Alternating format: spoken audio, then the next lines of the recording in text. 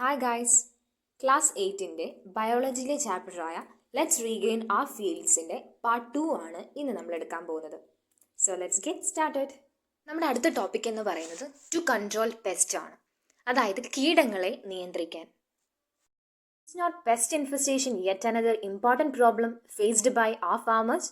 People generally apply chemical pesticides to overcome this. അല്ലേ, ഇതാണ് പറയുന്നത് നമ്മൾ ഫാമേഴ്സ് ഇപ്പോൾ അനുഭവിക്കുന്ന ഒരു മെയിൻ ആയിട്ടുള്ള പ്രോബ്ലം എന്ന് പറയുന്നത് പെസ്റ്റ് ഇൻഫെക്ഷൻ ആണ്. അതിന് അവരെന്താണ് യൂസ് ചെയ്യുന്നത്? ഇതിനെ ഓവർകം ചെയ്യാൻ വേണ്ടി യൂസ് ചെയ്യുന്ന ഒരു സംഭവമാണ് കെമിക്കൽ പെസ്റ്റിസൈഡ് എന്ന് പറയുന്നത്, അല്ലെങ്കിൽ രാസ കീടനാശിനികൾ എന്ന് പറയുന്നത്. ഇതിന് ഒത്തിരി തന്നെ ഡിസഡ്വാൻറ്റേജ് ഉണ്ട്, ദൂഷ്യഫലങ്ങളുണ്ട്. Chemical pesticides destroy pest totally. അതായത് കെമിക്കൽ പെസ്റ്റിസൈഡ്സ് പെസ്റ്റിനൊക്കെ എന്ത് ചെയ്യുന്നു? കംപ്ലീറ്റ് ആയിട്ട് ഇല്ലാതാക്കുന്നു, അല്ലെങ്കിൽ ഡിസ്ട്രോയ് ചെയ്യുന്നു. But when the pest acquire resistance the quantity of pesticide has to be increased. പറയുന്നത് കീടങ്ങൾ, അതായത് പെസ്റ്റ് അതിജീവന ശേഷി നേടിയാൽ, അതായത് റെസിസ്റ്റൻസ് അക്വയർ ചെയ്താൽ, ഓക്കെ, എന്താണ്, വീര്യം കൂടിയ കീടനാശിനികൾ ഉപയോഗിക്കേണ്ടി വരും. അതാണ് ഇവിടെ പറഞ്ഞിരിക്കുന്നത്. the quantity of pesticides has to be increased. വീര്യം കൂടിയ കീടനാശിനികൾ എന്ത് ചെയ്യുന്നത്? ഉപയോഗിക്കേണ്ടി വരും. Excessive application of chemical pesticides causes many environmental and health issues. അതായത് നമ്മൾ ഈ കെമിക്കൽ പെസ്റ്റിസൈഡ്സ് യൂസ് ചെയ്യുന്നത് കൂട്ടുവാണെങ്കിൽ, അതിൻ്റെ ആപ്ലിക്കേഷൻ ഭയങ്കരമായിട്ട് കൂടുവാണെങ്കിൽ ഒത്തിരി അധികം എൻവയോൺമെൻറ്റലും അതുപോലെ തന്നെ ഹെൽത്ത് ഇഷ്യൂസും ഉണ്ട്. അതായത് പാരിസ്ഥിതികവും ആരോഗ്യ പ്രശ്നങ്ങളും ഉണ്ടാകുന്നു. താഴെ നമുക്കൊരു ന്യൂസ് റിപ്പോർട്ട് കാണാൻ കഴിയും. അതിലെ മെയിൻ ഹെഡിങ് എന്ന് പറയുന്നത് cancer patient toll on the rise. അതായത് ക്യാൻസർ പേഷ്യൻറ്റിൻ്റെ അളവ് കൂടിയെന്നാണ് അതിൻ്റെ അർത്ഥം. തിരുവനന്തപുരത്താണ് ഇത് നടന്നിരിക്കുന്നത്. The wide use of chemical pesticide is suspected to be an important reason for the increase in the number of cancer affected persons. The presence of pesticide identified in even groundwater has become a matter of great concern. പറയുന്നതാണ്, ഈ നമ്മൾ chemical പെസ്റ്റിസൈഡിൻ്റെ use കാരണം, ഭയങ്കരമായിട്ടുള്ള use കാരണം cancer പേഷ്യൻറ്റിൻ്റെ അളവ് വളരെയധികം കൂടിയിരിക്കുന്നു. അതുപോലെ തന്നെ ഈ കെമിക്കൽ പെസ്റ്റിസൈഡ് ജലത്തിലെത്തിയാൽ, ഗ്രൗണ്ട് വാട്ടറിലൊക്കെ എത്തിയാൽ ജലജീവികളുടെ നിലനിൽപ്പിനെയും ഇതെന്ത് ചെയ്യുന്നു? ബാധിക്കുന്നുണ്ട്. അടുത്ത നമ്മുടെ ടോപ്പിക്കാണ് pest and there natural enemies. അതായത് കീടങ്ങളെ ഭക്ഷണമാക്കുന്നവയെയും കീടങ്ങൾക്ക് രോഗം പരത്തുന്ന ജീവികളെയും കീടങ്ങളിൽ പരാധമായി ജീവിക്കുന്നവയെയും കീടങ്ങളുടെ പ്രകൃതി ശത്രുക്കൾ എന്ന് വിളിക്കുന്നു. അതിനാണ് നമ്മളിവിടെ താഴെ ഇതിനകത്ത് കൊടുത്തിട്ടുണ്ട്. Predators, parasites and pathogens of pest can be called natural enemies of pest. The service of these organisms may be effectively utilized in agriculture. നമുക്കറിയാം കീടങ്ങളുടെയൊക്കെ എണ്ണം ഇപ്പോൾ വർദ്ധിച്ചുകൊണ്ടിരിക്കുകയാണല്ലോ. ഇതിൻ്റെ മെയിൻ റീസൺ എന്ന് പറയുന്നത് ഇവരെ കഴിക്കുന്ന ഓർഗാനിസത്തിൻ്റെ കുറവ് കാരണമാണ്. The main reason for this is the fall in the number of organisms that prey on them. അടുത്ത നമ്മുടെ ടോപ്പിക്കാണ് ഇൻ്റഗ്രേറ്റഡ് പെസ്റ്റ് മാനേജ്മെൻറ്റ്, അല്ലെങ്കിൽ IPM എന്ന് പറയുന്നത്. അതായത് സംയോജിത കീട നിയന്ത്രണ രീതി. The basic principle of integrated pest management is not the destruction of pest totally. അതായത് ഈ ഇൻ്റഗ്രേറ്റഡ് പെസ്റ്റ് മാനേജ്മെൻറ്റ് അല്ലെങ്കിൽ IPMൻ്റെ ബേസിക് പ്രിൻസിപ്പിൾ എന്ന് വെച്ച് കഴിഞ്ഞാൽ എല്ലാ പെസ്റ്റിനെയും കൊന്നുകളയുക എന്നുള്ളതല്ല. Instead it tries to prevent the multiplication of pest and to limit their number without loss of crop. കീടങ്ങളുടെ പെരുകൽ അല്ലെങ്കിൽ മൾട്ടിപ്ലിക്കേഷൻ തടയുകയും വിളനഷ്ടം ഉണ്ടാകാത്ത അവസ്ഥയിലേക്ക് കീടങ്ങളുടെ എണ്ണം പരിമിതപ്പെടുത്തുകയും ചെയ്യുക. This eco-friendly method ensures pest control without disturbing the environment. This is done by reducing the use of chemical pesticides and encouraging the application of biopesticides, natural enemies of pests, mechanical pest control etcetera. ഇത്രയേ ഉള്ളൂ. രാസ കീടനാശിനി പ്രയോഗം പരമാവധി കുറയ്ക്കുക. അതായത് ഈ chemical പെസ്റ്റിസൈഡ്സിൻ്റെ ഒക്കെ യൂസ് പരമാവധി കുറച്ച് പകരം ജൈവ കീടനാശിനികൾ, അതാണ് ഈ നമ്മൾ ഇവിടെ പറയുന്ന ആപ്ലിക്കേഷൻ ഓഫ് ബയോ പെസ്റ്റിസൈഡ്സ് എന്നുള്ളത്. അതുപോലെ തന്നെ natural enemies of pest, mechanical pest control, മിത്ര കീടങ്ങൾ യൂസ് ചെയ്യുക. പകരം എന്തിനാണ്? കെമിക്കൽ പെസ്റ്റിസൈഡ്സിന് പകരം ഇതൊക്കെ യൂസ് ചെയ്യാനാണ് പറയുന്നത്.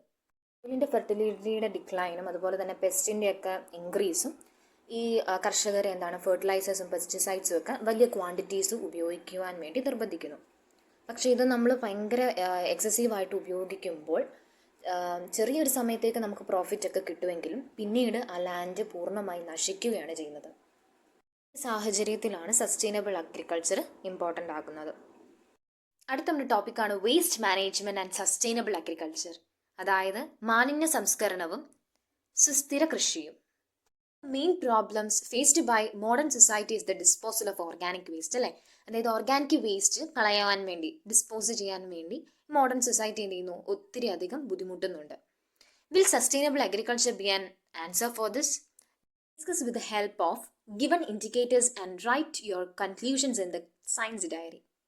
സസ്റ്റൈനബിൾ അഗ്രികൾച്ചർ വേസ്റ്റ് മാനേജ്മെന്റിന് സഹായിക്കുന്നു, അതായത് സുസ്ഥിര കൃഷി രീതികൾ മാലിന്യ സംസ്കരണത്തിന് സഹായിക്കുന്നു.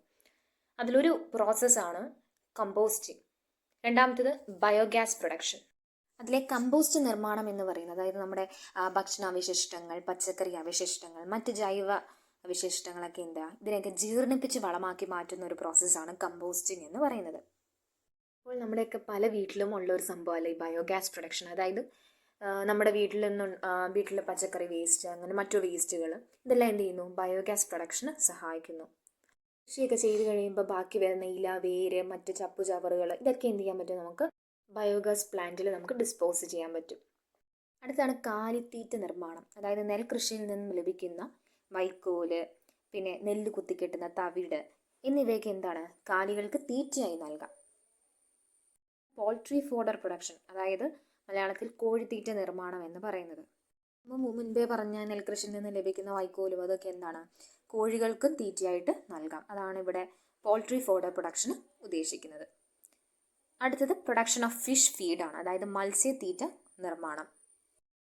നമുക്കറിയാം മത്സ്യകൃഷിയിലെ ചെലവിൻ്റെ മുഖ്യ പങ്ക് തീറ്റയ്ക്കാണ്, അല്ലേ? തീറ്റ വില വർധനവ് ഒട്ടേറെ കർഷകരെ പ്രതികൂലമായി ബാധിക്കുകയും ചെയ്തിട്ടുണ്ട്. നമ്മൾ പലയിടത്തും കണ്ടിട്ടുണ്ടല്ലേ താറാവ് കൂടും മത്സ്യക്കുളത്തിൻ്റെ ഒക്കെ താഴെ വെച്ചിരിക്കുന്നത്. അതെന്തിനാന്ന് വെച്ച് കഴിഞ്ഞാൽ നമുക്കറിയാം താറാവ് ഉപേക്ഷിക്കുന്ന തീറ്റയുണ്ട്. ആ തീറ്റയെല്ലാം എന്താണ്? താഴെയുള്ള മത്സ്യങ്ങൾക്ക് ലഭിക്കും. കൂടാതെ താറാവിൻ്റെ കാഷ്ടം ജലസസ്യങ്ങൾക്ക് എന്താണ്? വർദ്ധിക്കുന്നതിനും മത്സ്യങ്ങൾക്ക് ആഹാരമായി ധാരാളം ജലസസ്യങ്ങൾ ലഭ്യമാക്കുന്നതിനും ഇടയാക്കുന്നു. അടുത്ത നമ്മുടെ ടോപ്പിക്കാണ് റീപ്പിംഗ് ഡൈവേഴ്സിറ്റി, അതായത് വിളയിക്കാം വൈവിധ്യങ്ങൾ. ഇവിടെ പറയുന്നുണ്ട് there are different agricultural sectors which help to earn better income through a scientific approach.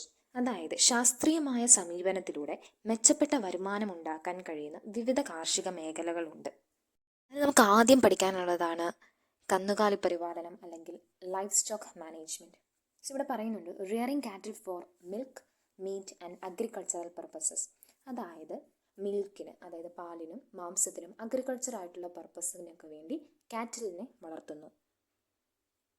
Important varieties of cattle: cow, Jersey, Holstein, Friesian, Vechur. Buffalo, Murrah, Niliravi, Bhadawari. Goat, Thalassery, Jamnapari, Boer. അടുത്താണ് poultry farming, rearing birds for egg and meat. മുട്ടയ്ക്കും മാംസത്തിനും വേണ്ടി പക്ഷികളെ വളർത്തുന്നു. കോഴി, താറാവ്, കാട ഇതൊക്കെയാണ് ഉദാഹരണം. ഇതിൽ കോഴിയുടെ പ്രധാന ഇനങ്ങളാണ് അതുല്യ, ഗ്രാമലക്ഷ്മി, വൈറ്റ് ലെഗ്ഹോൺ. താറാവ് പ്രധാന ഇനങ്ങളാണ് മസ്കവി, ചാര, ചെമ്പല്ലി. കാടയുടെ പ്രധാന ഇനങ്ങൾ ജാപ്പനീസ്, ബോബ് വൈറ്റ്. അടുത്തതാണ് സെറികൾച്ചർ.